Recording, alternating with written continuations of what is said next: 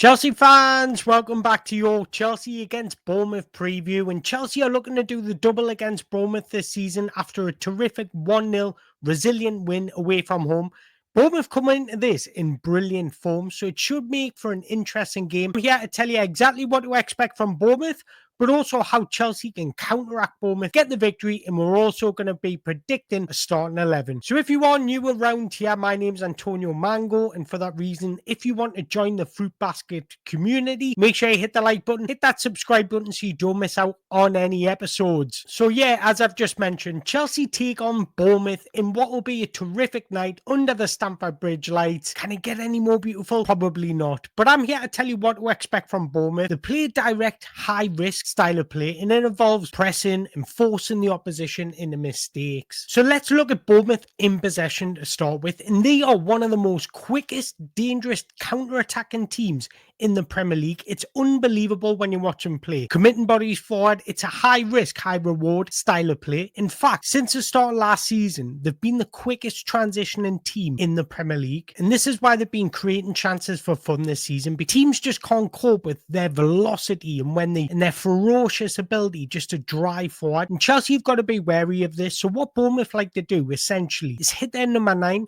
and then have them runners often moving into space and behind. So we need to be concentrated at all times, track our runners, and make sure that number 9 doesn't get the ball early. And in fact, Bournemouth are having a terrific offensive season. They've surprised everybody this season, let's be honest, and they've actually got a chance of finishing in European places, and it's all because of their offensive work. They're sitting 3rd for XG in the Premier League, so they're excellent at creating chances, and you can see this from this image on the screen. Look at where the volume of their shots come from. It's inside the box in those dangerous areas, so they're so good at getting into dangerous positions and hurting the opposition. And when I speak about hurting the opposition, they're actually sitting 2nd for the most shots this season, as well as 2nd for the most shot creating actions. So pretty much Bournemouth are a team that like to shoot on sight. Now when you watch Bournemouth, the eye test tells you that they're so good at creating separation, creating space for teammates to move into. It's all about fluid off-ball movement, so they're going to try and pull Chelsea's shape out of their positions. So we need to be wary of that. So it's all about moving into space, being risky with their passes, and that's why they're sitting 2nd for key passes this season in the Premier League, but also crosses into the penalty area. And I can't believe I'm saying this about Bournemouth, but if we afford them time and space on the ball, they're going to punish you because they've got unbelievable quality in their squad. They can beat you by progressive ball carrying or progressive passes. They've got numerous ways of breaking down defenses, so we need to be careful of them. I'm giving them a lot of credit here because they deserve it. So what do I expect from them in a defensive point of view? Well, again, they are so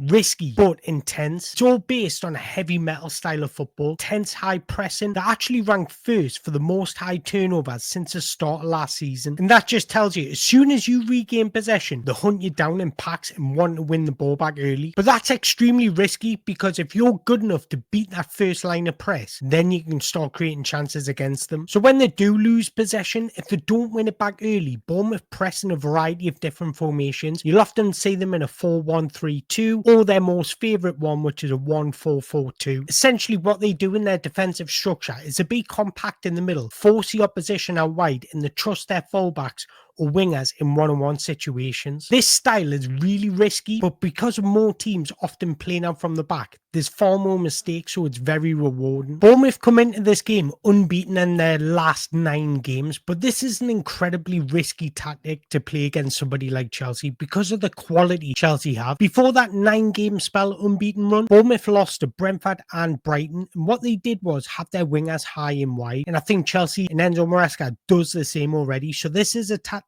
that will play into Chelsea's hands, because if Bournemouth want to force you out wide, we can trust our wingers to have the better in the beating of their fullbacks. And with somebody like Jadon Sancho, João Felix, who can be extremely manipulative in possession and drawing the opposition, this can play into Chelsea's hands, because if we get the ball out early to them, Bournemouth like to hunt in packs, they like to double up, so their right centre midfielder or left centre midfielder, depending on which side the ball is on, will cover their fullback. So that leaves more room in the middle for somebody like Cole Palmer, and we all know what Cole Palmer is capable of once he gets in possession. So that's what I would be looking to do if I was Enzo Maresca. Hit the wingers early. Let's keep the ball out those central areas. So to begin with, get the ball high and wide, and then let's retract into those central areas once we've created the space. Now, I think our most important player in this game will be Moses Caicedo. He needs to be anticipating every single movement of Bournemouth, because we all know Enzo Maresca reverts to a 3 at the back when we're in transition. Now, if Bournemouth do force a high turnover, we can be exploited because Bournemouth are so good at making the most of space. So Moses Caicedo needs to be a battler. He just needs to win duels for the full 90 minutes, and he's more than capable of doing it, but I do think he's going to be our most important player in this fixture. So I don't think Chelsea need to change their tactics at all. Stick to the right principles, but it's what you do when you're in possession, in my opinion, that'll affect this game. Get the ball high and wide as early as possible. Allow your wingers to beat their fullback or come back inside once you've created that space. And that's why I would consider playing Jadon Sancho on the right and João Felix on the left, because they're so comfortable under pressure, and I think that's what you need. You need to bait Bournemouth out of their position to create space for the likes of Nicholas Jackson, Cole Palmer to move into, because we've lost our sense of touch of doing that. And I think in a game like this is absolutely perfect to do it, because Bournemouth are so risky in the way they press. They leave space in behind. And when it comes to Nicholas Jackson, look, I don't care if he scores or not. That's not what I judge Nicholas Jackson on. It's more about his all-round performance, what he's doing for the team, how he's impacting the game. And I think his movement can be absolutely crucial. At the start of the season, his movement was almost perfect. He's come away from that a little bit, so he needs to get more in tuned and then into the rhythm of the game a little bit more for my liking. But I'm sure that'll come with time. He's just in a bad spell and bad form at the minute. That movement will eventually come. So here's my predicted starting 11. This is what I think Enzo Maresca would do. I think Jorgensen's going to start and go. Don't know if Reece James is fit enough. I know he's fit, but if he's fit enough to play 2 games in a week. So I do expect Malo Gusto to play right back. And then I'm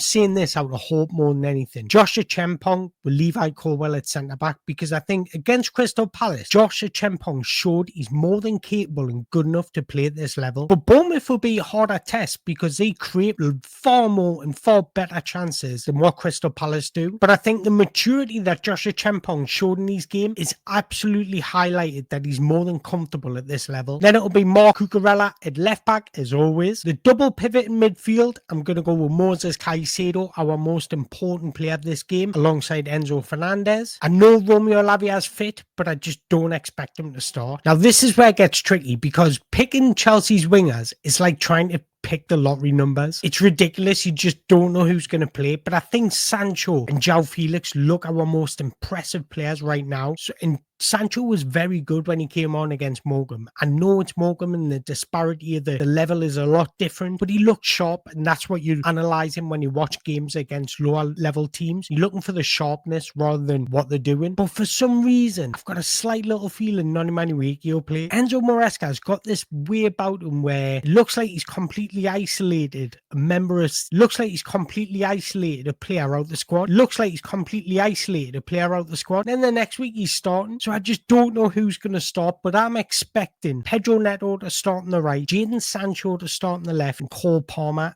as an attack midfielder.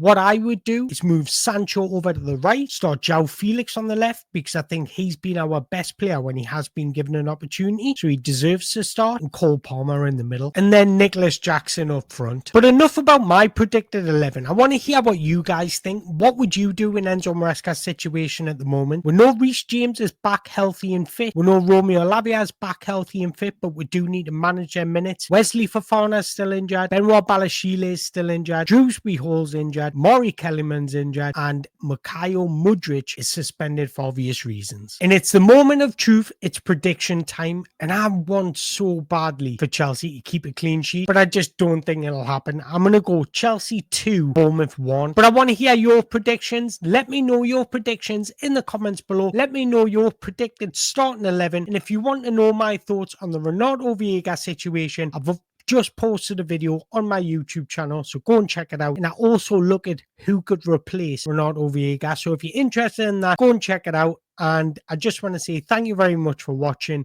And until next time, ciao for now.